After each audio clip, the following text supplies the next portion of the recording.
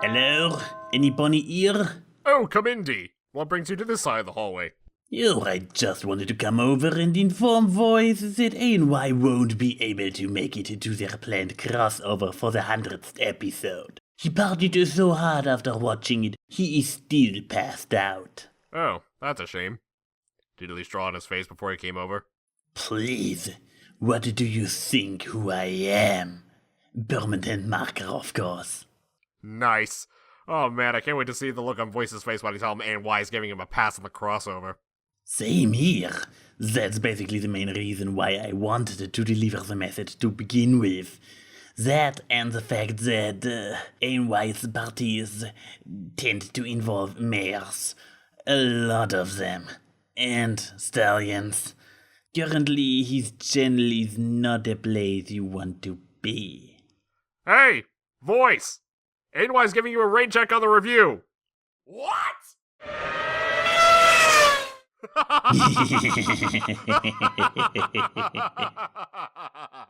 You two, out! You, wake up! Review, now! Nur noch 5 Minuten, okay? What's that? Please! Turn down the music! Well, glad to see you're up. And hello, AnYPony, and welcome back to My Little Pony What Works. I'm your host, The Voice Reason, and recovering from a hangover is the AnYPony. Sup? The 100th episode, that's what's up. Oh man, that episode.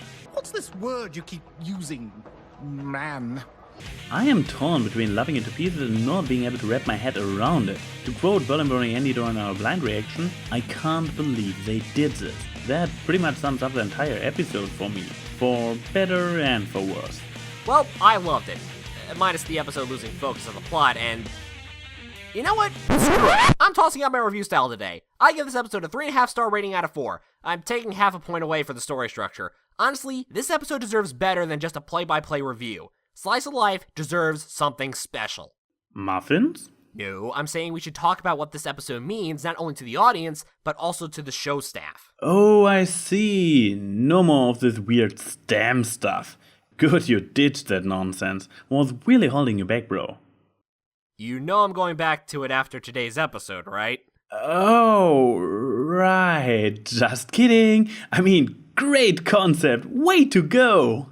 Says the guy with the yay and nay lists. Oh, just kiss already! Oh, please don't. I had to witness enough of that last night. Well, this episode is most certainly a special case, and I can see why you want to give it a bit of a special treatment. If I had to approach it as a normal quote-unquote serious episode, I would probably have quite a few problems with it, especially in the departments of storytelling, focus, believability, and so on. But despite what the title is trying to tell us, this isn't just a slice of life episode. It is a celebration. A celebration for the writers, for the animators, for us the fans, and basically for everybody involved with My Little Pony Friendship is Magic. I think the reason it's so special is because of the number. 100. Well, technically 93 if you count the two-parters as one episode, but that's beside the point. To put it in perspective, the longest-running Hasbro show up to today was G1 Transformers at 99 episodes and 6 seasons. The average run of a cartoon series could last from 1 to 3 seasons, and maybe reach the 50th episode mark. To reach a milestone, let alone continue after you reach that milestone, is a feat unto itself. Hell, Archie's Sonic the Hedgehog comic celebrates a milestone every time they reach a multiple of 25. A number like 100 holds a lot of weight for any serialized media. So, how do they celebrate? By giving the fans the biggest thank you present ever. Now let's take a look at how the crew of DHX decided to celebrate. While show writers, for example, are not allowed to look into any fan works by contract, even they caught on to the fact that we Bronies had developed a great fondness of the so-called background characters, and they have known about some of our memes and ideas for quite a while now. Case in point, the obvious Doctor Who reference with Time Term and Roseluck in It Ain't Easy Being Breezies. For the 100th episode, Emma Larson turned the usual perspective upside down, and instead of following the main six having another epic battle, they literally get pushed into the background, and instead we follow the misadventures of background ponies, or at least minor characters, like Matilda and Cranky, and the Muffin formerly known as Derpy, and Doc, and Lyra and Bonbon, or was it 3D Drops, and Vinyl and Octavia, and... I think they get the idea. All of the well, no better word for it, fan service was completely justified. This was the show staff thanking the viewers and active fanbase by confirming, and maybe destroying, their headcanons, because they love us. We keep the show going by giving the writers feedback through entertaining reviews, producing songs to celebrate characters, making comics to continue the laughs, just to name a few examples. The staff never really gave a direct appreciation for the viewers unless you attended a convention. What better way to show their gratitude by making a fanfiction of their own to show they care about every character as much as we do? Hell, the wedding scene had no generic background characters. All the characters in the seats we have seen in previous episodes. Even the changeling who wanted a quick snack got a spotlight. That is dedication to your work. As I said, given the circumstances, I am all good with this fanfiction-esque not taking itself seriously at all approach. I mean, they are completely self-aware of how ridiculous this episode is. So, as a word of advice to everybody out there disliking the episode for not being good by the standards of an MLP episode, and let's be honest, as an episode, it was bad. Don't look at it as a normal episode.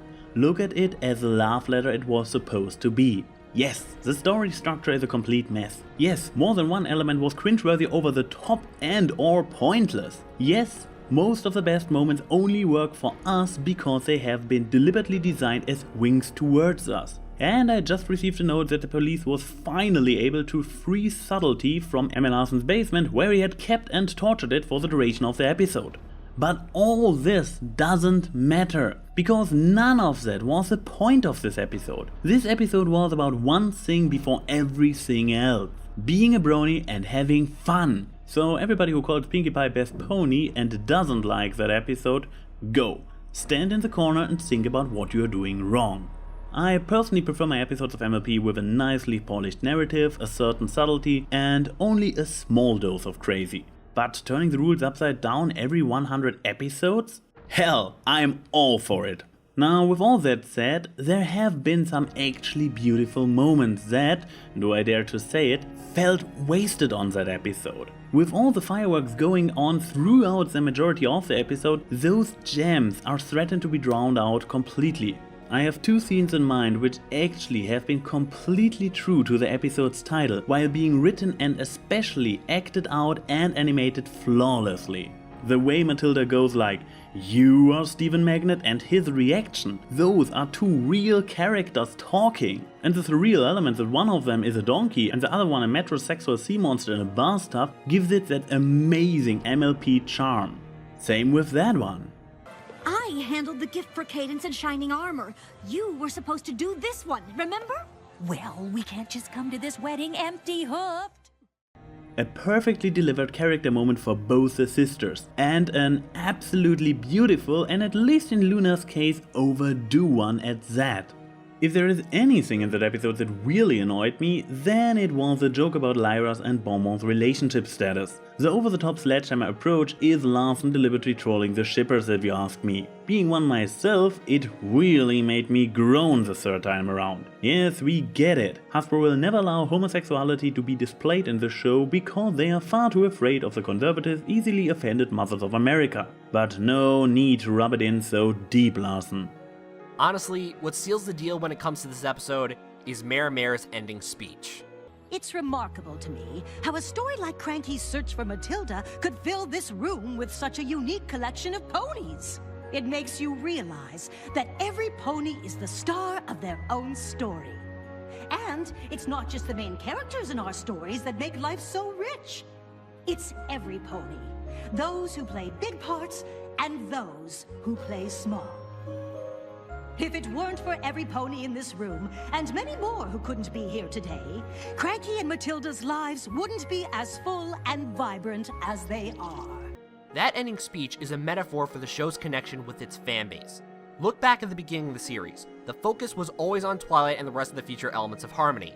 But what happened when we looked in the background? We spotted an animation error and made it a mascot. We theorized about why the same character has a different voice every time she got screen time. We poked fun at an action of one character and made it her motif. We took a pop culture icon and Rule 85'd him. Those background characters also play an important role in the show. Next time you see one of the main six interact with someone in the background, you may appreciate them more for just interacting with the girls. In a sense, Cranky and Matilda represent the show, and the background characters represent the fandom. If it weren't for us, there would be no 100th episode, or in Cranky Matilda's case, there would be no wedding to celebrate. Now, where does this analogy leave us with the fact that the wedding had to be rescheduled to an earlier date? Equestria Girls? What? Anyways, final thoughts. Alrighty then. Slice of Life is 22 minutes of over-the-top fan-pandering fun. Is this initially bad? Nope. I enjoyed every single second of it. Will some people not like it? You bet they won't. But to be honest, their loss, not ours. What more is there to say that already hasn't been said? It's a celebration of the show of over 5 years of entertaining stories, and this is the show staff showing their appreciation by making the background characters come to life. And if you found the fan service overwhelming, think of it as getting all that stuff out of the way so that they focus on the stories for the next 100 episodes to come. And I can't wait to see if they'll reach the 200 mark, or at least 150. With that said, I'm the voice of reason. And this is AnYPony saying, thanks M.A. Larson. Now where can I get some Advil? Medicine cabinet, you'll probably need it for next week. I don't want to know, for spoilers as well as the way you advertised it.